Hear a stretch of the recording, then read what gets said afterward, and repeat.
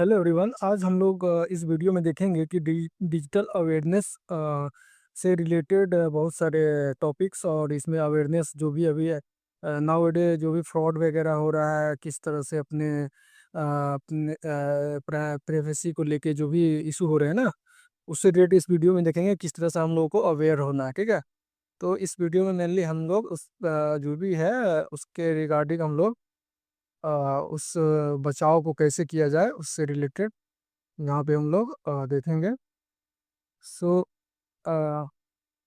जैसे कि digital awareness में क्या है कि बहुत सारे चीज़ होते हैं, जैसे कि आजकल एआई चैट जीपीटी वगैरह एआई वगैरह आ गया है।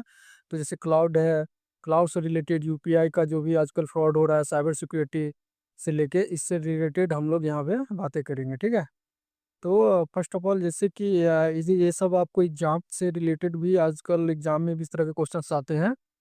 तो इसमें तो हार्डवेयर और सॉफ्टवेयर में क्या करने हैं। तो जो हार्डवेयर क्या होते हैं, हार्डवेयर होते हैं सिंपल वर्ड में हम लोग कैसे जानते हैं हार्डवेयर को, जैसे जिसको हम लोग फिजिकली टच करते हैं। ठीक है, जैसे कि आपका मॉनिटर हो गया, स्क्रीन हो गया, क्लिक माउस हो गया, कीबोर्ड हो गया, एंड सीपीयू वगैरह, ये सब जो है ये सब आपका क्या हो गया हार्डवेयर में। अब उसी तरह हम लोग सॉफ्टवेयर में आते हैं, तो सॉफ्टवेयर में क्या है कि इसको डिजिटल माइंड भी बोलते हैं, जैसे कि जिसे हम टच कर सकते हैं। तो हम लोग पढ़े होंगे पहले भी, जैसे कि जिसको टच कर सकते हैं। जैसे कि आप सॉफ्टवेयर इंस्ट्रक्शन होते हैं जो कि टास्क को क्या करते हैं, रन करते हैं। ठीक है, जैसे एग्जांपल बोले तो विंडोज़ हो गया, ऑपरेटिंग सिस्टम हो गया आपका, एंड्रॉयड हो गया, और आपका एमएस वर्ड हो गया। ठीक है, और भी गूगल क्रोम वगैरह जितना भी है ना, चैट जीपीटी, ये सब आपका किस में आ गया, आपका ये सॉफ्टवेयर में आ जाएगा। ठीक है, तो इसी तरह हम लोग देखते हैं आगे का कि जैसे कि बहुत सारे चीज़ होते हैं, जैसे volatility, hierarchy, fast versus slow memory, मतलब मेमोरी से रिलेटेड है। तो जिसमें इसमें वोलाटाइल मेमोरी होता है, जिसे हम लोग रैम और कैश मेमोरी भी कहते हैं। ठीक है, तो ये क्या होता है कि जब तक इलेक्ट्रिसिटी ऑन है, मतलब जब तक आप उसमें करंट दे रहे हैं, तभी तक वो क्या करता है कि डेटा को स्टोर करके रखेगा। ठीक है, जैसे ही कंप्यूटर स्विच ऑफ कर दिया आपने, तो उसका जो मेमोरी है क्या होता है, क्लियर हो जाता है। जैसे हम लोग लैपटॉप चलाते, मान लो 4 GB का है, उसमें रैम है, आपने चलाया, और ऐसा तो नहीं होगा ना कि जब बंद कर दिए तो 4 GB यूज हो जाएगा, क्योंकि वो सब प्रोग्राम तो ऑफ हो गए ना उसमें के। आपने मतलब उसको ऑफ कर दिए, तो वो क्या होगा कि उसका आपने ये जो है मेमोरी क्या होगा, वो कंप्यूटर स्विच ऑफ होने के बाद उसका क्या होगा, स्टोर जो है मतलब वो नहीं, वो हो जाएगा। ठीक है, मतलब वो फंक्शनिंग कम कर देगा, तो आपका क्या होगा, डेटा का स्टोर नहीं रहेगा। ठीक है, उसी तरह नॉन वोलेटाइल मेमोरी है। नॉन वोलेटाइल में क्या है, इसमें क्या है कि आपको, इसमें क्या होता है कि जैसे कि जो आपका कंप्यूटर है, नॉन वोलेटाइल में क्या होता है, इसमें आपका जो डेटा सेफ रहता है। ठीक है, जैसे कि आपके डाउनलोड किया, ठीक है, वो क्या होता है, डाउनलोड करने के बाद वो परमानेंट फाइल में चला जाता है। ठीक है, इस एग्जाम में आपको इस तरह का क्वेश्चन आते हैं कि सीपीयू कैच सबसे फास्ट मेमोरी डिवाइस होते हैं। ठीक है, उसके बाद एक्टिव सिस्टम रैम, और उसके बाद आपका मैग्नेटिक लोकल ड्राइव होते हैं। इस तरह से ये होते हैं। ठीक है, अब हम लोग नेक्स्ट बात करते हैं कि वेब यूटिलिटी इंटरनेट की, या वेब यूटिलिटी इंटरनेट। ठीक है, तो इसमें जैसे क्या होता है कि आपका वेब ब्राउज़र हो गया, सर्च इंजन हो गया, क्लाउड स्टोरेज हो गया। तो हम लोग वेब ब्राउज़र में क्या करते हैं, वेब ब्राउज़र में करते हैं जैसे गूगल क्रोम, या एप्पल हो गया, एप्पल सफारी, ये सॉफ्टवेयर क्लाइंट है। ठीक है, ये सॉफ्टवेयर क्या है, ये आपका क्लाइंट है हमारी, जो कि हम लोग का रिक्वेस्ट जो भी देते हैं उसको क्या करते हैं, विजुअल वेबसाइट में ट्रांसलेट कर देता है। ठीक है, और उसको हम लोग देख पाते हैं, उससे सर्च कर पाते हैं। उसी तरह सर्च इंजन गूगल या माइक्रोसॉफ्ट बिंग भी है।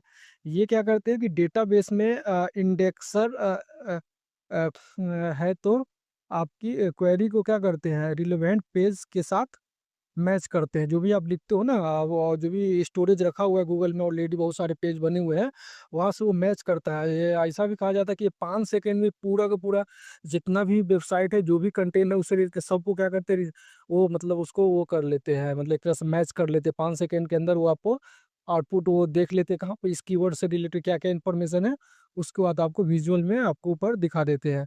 ठीक है? इस तरह से आपका फिर नेक्स्ट में क्या है जैसे क्लाउड स्टोरेज है। क्लाउड स्टोरेज क्या है? ये गूगल ड्राइव या बोल सकते हैं ड्रॉप बॉक्स है, ठीक है?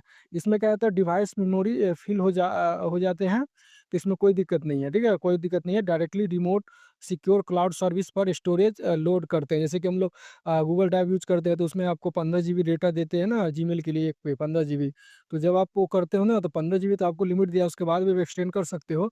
लेकिन ये जो डेटा होते हैं ना ये आपका फ़ोन का यहाँ लैपटॉप का मेमोरी नहीं लेता है। वो एक क्लाउड पे स्टोरेज है, जो भी एक स्टोरेज बना हुआ है, वहाँ जाके स्टोर होता है जो गूगल का क्लाउड है, ठीक है? तो उस तरह से आपका ये स्टोरेज हो गया। अब हम लोग नेक्स्ट चलते हैं। अ, आपका जैसे कि यूपीआई पॉकेट यूपीआई है जो कि पॉकेट बैंक भी आजकल बोला जाता है। इसमें क्या होता है जैसे कि आप बोलो कि वोकल फॉर लोकल फिनटेक बोला गया, ठीक है? तो इसमें इसको क्या किसने बनाया है? NPCI national payment corporation of India ने यूनिफाइड पेमेंट मतलब यूपीआई है यूनिफाइड पेमेंट इंटरफेस बनाकर कैशलेस ट्रांसफर को क्या रिवॉल्यूशनरी बना दिया है, ठीक है? तो किसी भी कार्ड या नेट बैंकिंग वेरिफिकेशन कॉम्प्लेक्सिटी की ज़रूरत नहीं होती है। जैसे कि इंस्टेंट पी टू पी मतलब P to P direct transfer कर लेते हो इसमें, ठीक है? जो कि कंप्लीटली सिक्योर और वर्चुअल पेमेंट एड्रेस आईडीज़ और क्यूआर स्कैन के साथ होता है। ये तो आप जानते ही हैं ये सब, ठीक है? तो ये आपका यूपीआई हो गया, ठीक है? वोकल फॉर लोकल फिनटेक का ये हो गया आपका। अब है नेक्स्ट में आपका है कि two factor authentication account strong मतलब ऐसा कहा गया है ना कि अब आप जैसे कि आप कोई भी अकाउंट बनाते हो ना जैसे गूगल पे या कहीं भी जीमेल पे उसको आप टू टू फैक्टर ऑथेंटिकेशन कर लो, ठीक है? इसमें क्या होगा कि आपका 99% ऑटोमेटेड हैकिंग अटैक ब्लॉक हो जाएगा। इसमें क्या होता है ना पहले आप उसको एक पासवर्ड लगाए फिर तो आपने टू फैक्टर ऑथेंटिकेशन उसमें इनेबल कर दिए तो आपका वहाँ पे एक ओटीपी और एक कोई कोड आता है, जब तक वो कोड नहीं देगा आपका, वो कोई एक्सेस नहीं कर सकता। आपका ये टू ऑथेंटिकेशन ये होता है। इसमें क्या होता है डबल लेयर प्रोटेक्शन होता है, तो इसमें जनरली क्या होता है कि आप dynamic long alpha numeric password रख सकते हो, ठीक है? और ये आपका 2FA जो कि फ़ोन में ओटीपी ऐसे बताया मैंने वही आता है ओटीपी और इसमें अलर्ट आपको बायोमेट्रिक को कंपाइल करता है। हैकर पासवर्ड को अ, चुराने पर भी आपके सेकेंडरी सिक्योरिटी फैक्टर को एक्सेस नहीं कर पाएगा, ठीक है? तो इस तरह से आपका ऑथेंटिकेशन आपका हो गया। अब है कि सावधान रहने की बात क्या है कि मॉडर्न अभी जो नए-नए थ्रेट हो रहे हैं, जैसे कि मैलवेयर फैमिलीज़, ठीक है? फैमिलीज़ वाले में, तो वायरस ये क्या होता है वायरस होता है, जो कि फाइल अटैचमेंट से स्प्रेड होता है। जैसे कि मान लो कि ना आपके व्हाट्सएप है, व्हाट्सएप में एक लिंक आया, ठीक है? वो लिंक आएगा एपीके करके फाइल होगा या कुछ भी होगा। जैसे आप उसको टच करते हो तो वो क्या होगा आपका फ़ोन में जाके वो जो भी आपका जो स्टोरेज है वहाँ जाके इनबिल्ट हो जाता है और आपका जितना भी स्टोरेज का मैसेज का जो भी है एन्क्रिप्टेड होता है वो सब एक्सेस ले लेता है। उसके थ्रू आपका ये फ़ोन का एक्सेस ले लेगा और सबसे पहले वो आपका बैंक ट्रांज़ैक्शन को ही वो करता है। बैंक से आपका फंड रिक्वेस्ट डालेगा और जैसे ही वो आपका ओटीपी आएगा, ओटीपी का सब एक्सेस ले लेता है इसके थ्रू और वो आपके पैसे कटेंगे और सब के सब वो एक्सेस करके वो कर देंगे।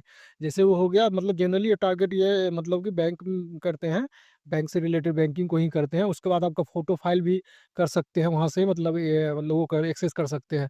तो इसीलिए कभी भी व्हाट्सएप वगैरह में जो है ना टेलीग्राम मतलब इसमें ऑटो डाउनलोडिंग नहीं रखना चाहिए। उसमें क्या होगा कि फ़ाइल ऑटो डाउनलोड हो जाएगा, गलती से आप टच किए तो वो आपका पूरा का पूरा रिस्की हो जाएगा।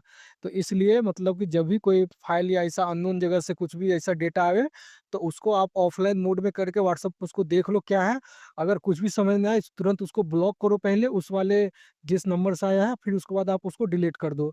बिना वो ब्लॉक करके या उसमें स्पैम करके उसको हटाओ।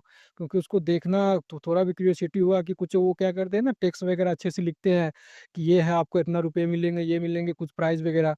तो थोड़ा मन होता है उसको क्लिक करूँ। जैसे आप करोगे फिर ये आपका इस तरह से रिस्की हो जाएगा। अब नेक्स्ट है कि आपका फ़िशिंग अटैक्स में क्या होते हैं कि जैसे कि आपको बोला ना कि आईफ़ोन 15 आपको इसमें आपको ये होगा, आप ऑन करेंगे जीत जाओगे। आपको मतलब हाइपरलिंक देगा, जैसे कि आप कभी-कभी ना वेबसाइट पे जाओ, किसी-किसी वेबसाइट पे ना प्लगिन होते हैं। एक पे खोलोगे फिर दूसरा खुलेगा, तीसरा खुलेगा, उसमें बोलेगा आप ये करो तो ये मिलेगा, ये मिलेगा। कभी-कभी हम लोग मूवी डाउनलोड करने के लिए भी पहले करते थे, अभी भी लोग करते हैं। अब जैसे-जैसे जाओगे वो क्या करेगा, प्लगिंग होते जाएगा। अब जैसे ही आप हाइपरलिंक पे क्लिक करते जाओगे, 1-2 लिंक होने के बाद वो क्या कभी-कभी क्या होता है, वो आपका बैंक का डिटेल का एक्सेस कलेक्ट कर लेगा, ठीक है? और इससे आपका मतलब ये हो सकता है, इसमें भी आपका इस तरह से आपका बैंक एक्सेस लेने के बाद आपका इसमें भी पैसे का मतलब वो नुकसान हो सकता है, ठीक है? तो आप फिर अब लास्ट है आपका इसमें डिजिटल फुटप्रिंट्स, ये नया है। इसमें क्या होता है कि जो भी आप ऑनलाइन सर्च करते हो, कमेंट करते हो या पोस्ट करते हो, ठीक है? उसमें उसका क्या होता है, परमानेंट ट्रायल अ, बचा रहता है, ठीक है? इसलिए पब्लिक पोस्ट शेयर करते वक़्त आपको एथिकल याद रखें। जैसे कि आप कोई भी ना कभी कुछ भी पोस्ट कर देते हैं ना, जैसे आजकल कहीं पे आपने ट्विटर वगैरह पे देखे हैं, तो सब किसी को लगता है मैं कर दूँगा तो मैंने फँसूँगा, पता ना कौन-कौन क्या किया, नहीं किया। तो वो क्या होता है, डिजिटल फुटप्रिंट होता है। आपको कोई शेयर किया, आपने उसको देखा, आपने उसको शेयर किया तो वो रिकॉर्ड हो जाता है, ठीक है? आपने उसको वो किया ना, शेयर किया, चाहे देखा, लाइक किया, जो भी किया, तो उसके थ्रू जो भी अथॉरिटी होते हैं उसको एक्सेस लेके उसको देख सकते हैं कितने लोग इसको देख रहे हैं, कितने लोग ने शेयर किया, पहले कौन किया, ठीक है? कुछ ने लोड किया, कहाँ से आया, आपने सोचा किसी ने लोड किया, टेलीग्राम पे वहाँ से मैं डाउनलोड करके यहाँ डाल देता हूँ। तो वो सब डिजिटल फुटप्रिंट पे आ जाएगा और आप किसी भी अकाउंट पे मान लो डालोगे तो वो पता चल जाएगा कि आपने कहाँ से क्या किया, नहीं किया, सब उसमें रिकॉर्ड होते हैं, ठीक है? तो ये सब अभी मॉडर्न में अभी इस तरह का जो बहुत सारे रिस्की चीज़ हो रहे हैं, तो ये सब से हम लोग को अवेयर होना है और आप लोगों को बताना भी है किसी को, ठीक है? क्योंकि ये सब आजकल गाँव में बहुत सारे होते हैं, कॉल करके आपको इस तरह से वो करते हैं। वो भी एक नया है। चाहे टेलीग्राम में आपको ग्रुप बना के बोलेंगे आप ये करो, टास्क देंगे, ये करो, इतने पैसे मिलेंगे। तो ये सब अभी अवेयरनेस का चाहिए, ठीक है? तो हम लोग यहाँ पे क्विक एक रिवीजन कर लेते हैं बोर्ड के थ्रू, मतलब एक टेबल बना के। चलो इसमें क्या है, फर्स्ट क्या हम लोग है कि आपका वोलेटिलिटी कांसेप्ट में क्या होता था, रैम के बारे में पढ़े हमने। जो भी जो होता है ना वो परमानेंट